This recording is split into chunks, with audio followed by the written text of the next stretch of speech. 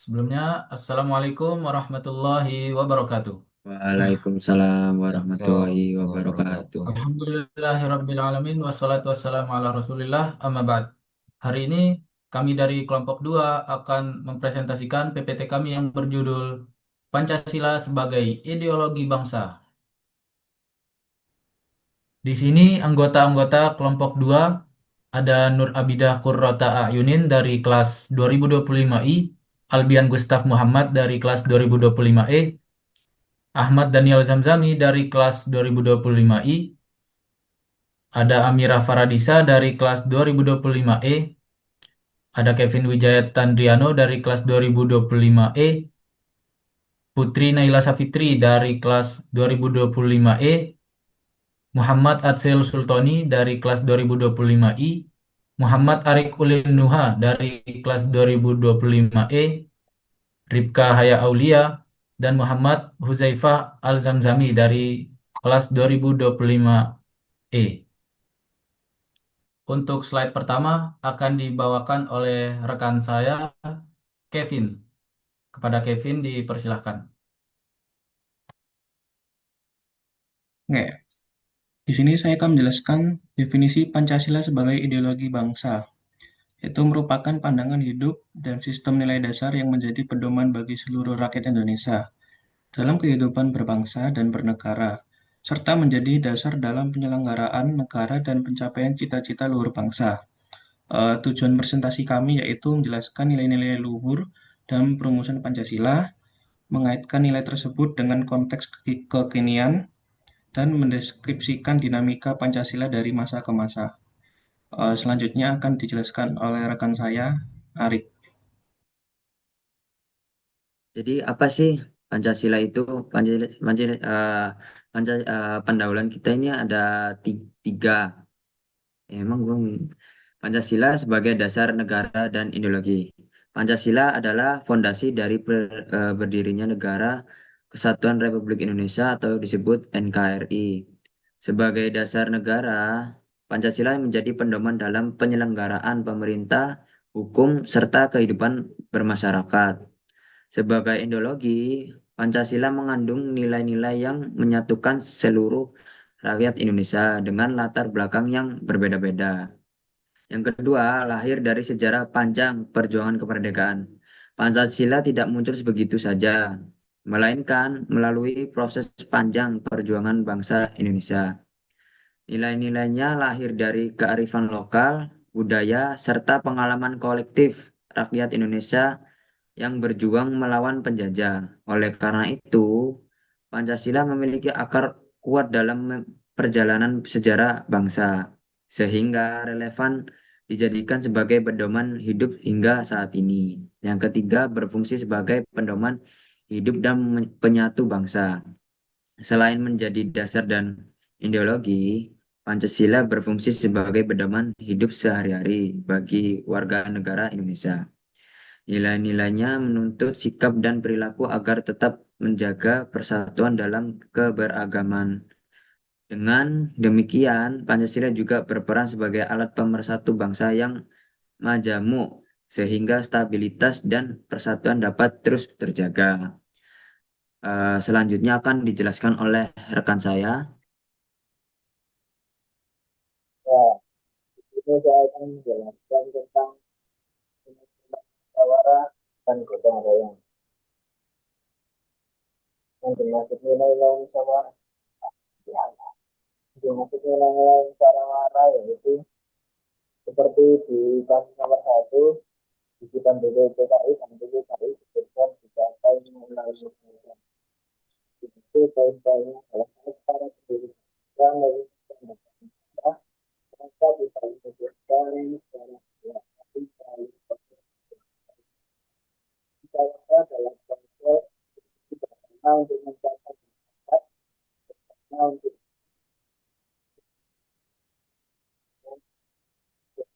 memberikan sesuatu kepada negara. Dengan ini menunjukkan bahwa mulai dari Indonesia keputusan penting lahir dari semangat kebersamaan bukan melalui demokrasi. Lalu poin yang kedua yaitu semangat gotong royong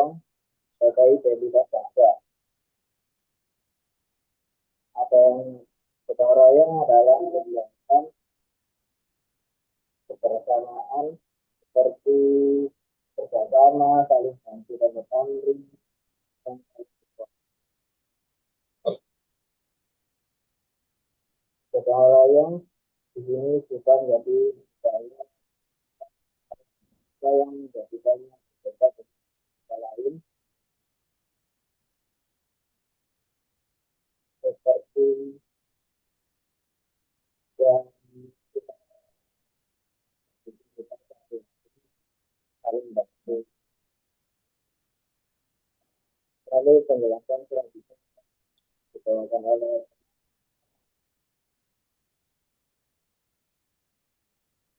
Baik, yang selanjutnya yaitu nilai toleransi dan persatuan. Di sini ada dua poin. Yang pertama yaitu kompromi antar golongan nasionalis dan Islam. Pada masa perumusan dasar negara terdapat perbedaan antara kelompok nasionalis dan kelompok Islam, yang dimana kelompok Islam menginginkan dasar negara yang berlandaskan syariat Islam, sementara kelompok nasionalis lebih menekankan dasar yang bersifat umum agar semua golongan bisa menerima dengan baik. Meskipun terdapat perbedaan cukup besar, kedua kelompok itu mampu berkompromi sehingga lahirlah dasar negara Pancasila yang dapat mempersatukan semua golongan. Hal itu adalah bukti nyata bahwa toleransi menjadi kunci dalam meraih kemerdekaan dan membangun Indonesia. Poin yang kedua yaitu mengutamakan persatuan demi kepentingan bangsa. Para pendiri bangsa menyadari bahwa Indonesia memiliki keragaman suku, agama, budaya, dan antar golongan. Jika hanya mengutamakan kepentingan golongan tertentu, maka kemerdekaan dan keutuhan bangsa akan sulit tercapai. Karena itu, mereka lebih mendahulukan persatuan dengan menomorsatukan kepentingan bangsa di atas kepentingan golongan mereka. Hasilnya, Indonesia berhasil merdeka dan hingga kini tetap berdiri kokoh sebagai negara yang berdaulat. Jadi, melalui sikap kompromi melalui sikap kompromi dan pengutamaan persatuan, para pendiri bangsa menunjukkan bahwa toleransi adalah fondasi dan persatuan adalah kekuatan utama dalam menjaga keutuhan Indonesia. Slide selanjutnya yang akan disampaikan oleh Abida.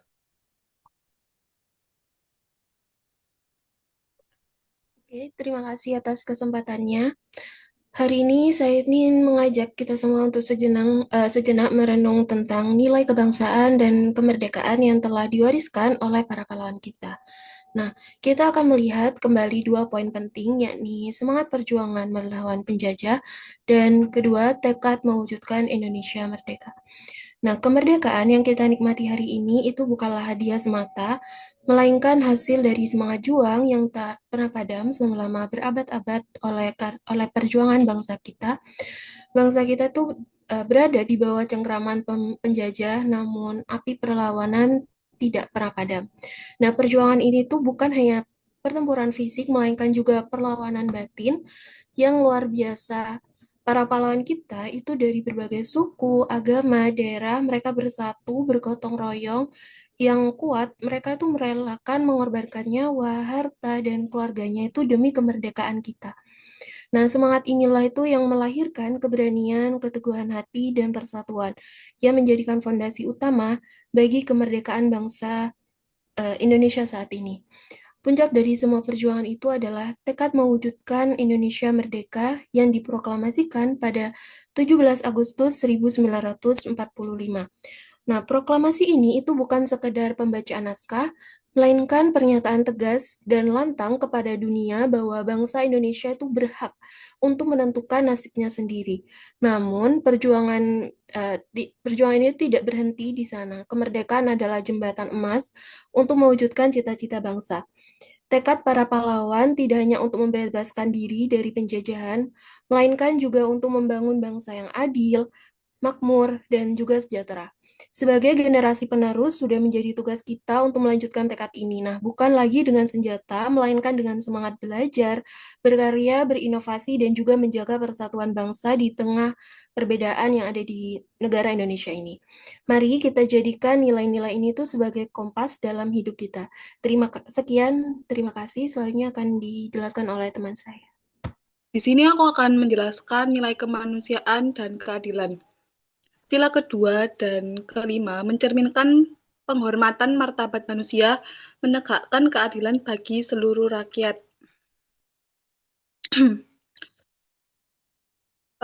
Di nilai pertama, nilai kemanusiaan. Nilai kemanusiaan tercermin dalam sila kedua Pancasila, yaitu kemanusiaan yang adil dan beradab. Yang menyoroti bahwa nilai ini mencerminkan penghormatan terhadap martabat manusia. Ini berarti setiap individu diakui dan dihargai hak-hak serta derajatnya sebagai manusia tanpa diskriminasi. Nilai yang kedua, keadilan. Nilai keadilan tercermin dalam sila kelima Pancasila, yaitu keadilan sosial bagi seluruh rakyat Indonesia, yang menekankan pentingnya menegakkan keadilan bagi seluruh rakyat, yang berarti setiap orang berhak diperlakukan secara adil dalam berbagai aspek kehidupan, seperti ekonomi, hukum, sosial, dan politik. Terima kasih. Jadi untuk slide ini, gotong royong merupakan salah satu nilai luhur bangsa Indonesia yang tercermin dalam sila ketiga, Persatuan Indonesia, dan sila kelima, keadilan sosial bagi seluruh rakyat Indonesia. Nilai ini menekankan bahwa kerjasama dan solidaritas adalah kunci untuk menghadapi tantangan bersama. Di era modern seperti sekarang, gotong royong tidak hanya berarti pekerjaan fisik. Contohnya saat terjadi bencana alam, pandemi, dan kegiatan sosial, masyarakat lebih bisa berkontribusi dengan luas. Misalnya melalui teknologi digital, masyarakat bisa menggalang dana secara online, berbagi informasi penting, hingga mengorganisir aksi sosialnya dengan cepat. Baik, selanjutnya akan dilanjutkan oleh teman saya, rekan saya. Baik, terima kasih. Di sini selanjutnya yaitu toleransi dan persatuan di era globalisasi. Seperti yang kita ketahui, globalisasi membuat dunia semakin terbuka dan saling terhubung. Pertukaran budaya, ide, dan teknologi berlangsung dengan sangat cepat, sehingga perbedaan semakin jelas terlihat. Nah, di sini pentingnya sikap toleransi agar kita bisa hidup berdampingan tanpa konflik. Selain itu, kita juga membutuhkan persatuan supaya perbedaan yang ada tidak menimbulkan perpecahan. Jadi, dengan menjunjung tinggi nilai toleransi dan persatuan bangsa, kita bisa tetap menghadapi tantangan di era globalisasi tanpa kehilangan jati diri dan identitas. Lalu, yang kedua yaitu pentingnya menghormati perbedaan agama, budaya, dan suku. Indonesia merupakan negara yang kaya akan keberagaman, terdiri dari ratusan suku, bahasa, budaya, dan agama. Keberagaman ini sebenarnya adalah kekayaan, bukan hambatan. Cara kita menghormati perbedaan bisa ditunjukkan dengan menghargai keyakinan agama orang lain, menjaga budaya lokal, dan tidak mendiskriminasikan suku atau etnis tertentu. Dengan sikap ini, masyarakat akan lebih mudah bekerja sama, saling menghormati hak, dan akhirnya menciptakan kehidupan sosial yang damai dan rukun. Lalu yang terakhir yaitu persatuan penting untuk menghadapi polarisasi politik. Polarisasi politik adalah keadaan ketika masyarakat terpecah karena perbedaan pilihan atau pandangan politik. Seperti yang kita lihat, perbedaan pilihan politik sering membuat masyarakat terpecah, apalagi dengan menyebarkan informasi di media sosial yang begitu cepat, termasuk berita palsu dan ujaran kebencian. Nah, di sini persatuan akan menjadi sangat penting. Dengan persatuan kita bisa melihat perbedaan politik sebagai hal yang wajar.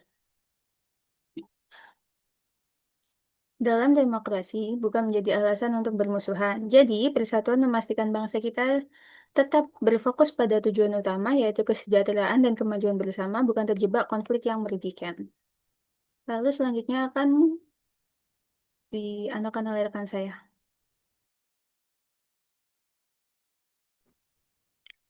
Selanjutnya yaitu tentang keadilan sosial di era modern. Yang pertama yaitu mengurangi kesenjangan ekonomi, dan yang kedua yaitu pembangunan berkeadilan dan berkelanjutan. Secara garis besar, Pancasila sebagai ideologi bangsa Indonesia memuat nilai-nilai dasar yang menjadi pedoman dan dalam mewujudkan keadilan sosial bagi seluruh rakyat.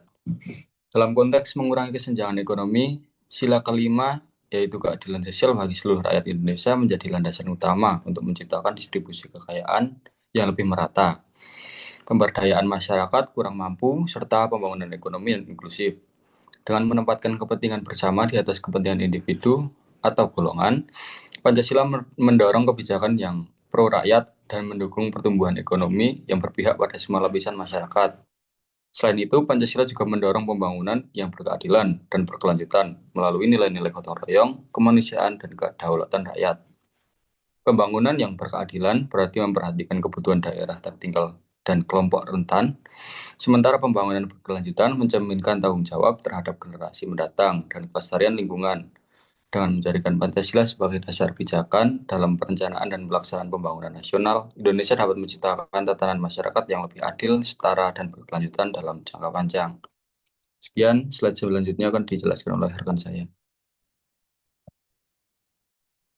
Baik, terima kasih. Kemudian di slide ini kita akan membahas dinamika Pancasila dalam sejarah Indonesia, khususnya pada periode 1945 hingga 1959. Pertama, pada periode ini, Pancasila sudah ditetapkan sebagai dasar negara. Jadi, meskipun Indonesia baru merdeka, Pancasila sudah menjadi fondasi penting dalam kehidupan berbangsa dan bernegara. Namun, yang perlu kita pahami, pada saat itu masih ada perdebatan serius mengenai bentuk negara dan konstitusi yang digunakan, yang dimana sebagian pihak menginginkan bentuk negara kesatuan, sementara pihak lainnya sempat mengusulkan bentuk federal. Begitu juga dengan Konstitusi UUD 1945, Konstitusi Republik Indonesia Serikat (RIS), hingga UUDS 1950 sempat berlaku pada masa itu. Jadi meskipun saat saat itu di periode 1945 sampai 1959 sudah disepakati sebagai Pancasila itu sudah disepakati sebagai dasar negara, proses untuk menemukan sistem kenegaraan yang paling sesuai masih terus berjalan. Oke, untuk yang selanjutnya disampaikan oleh teman saya. Slide yang selanjutnya, dinamika dalam sejarah. 1959 sampai 1965. 1. Demokrasi terpimpin. 2. Pancasila ditafsirkan sesuai kepentingan politik. Data, guys. Nah, pada masa Orde Baru 1966 sampai 1998 terjadi dinamika penting dalam kehidupan berbangsa dan bernegara.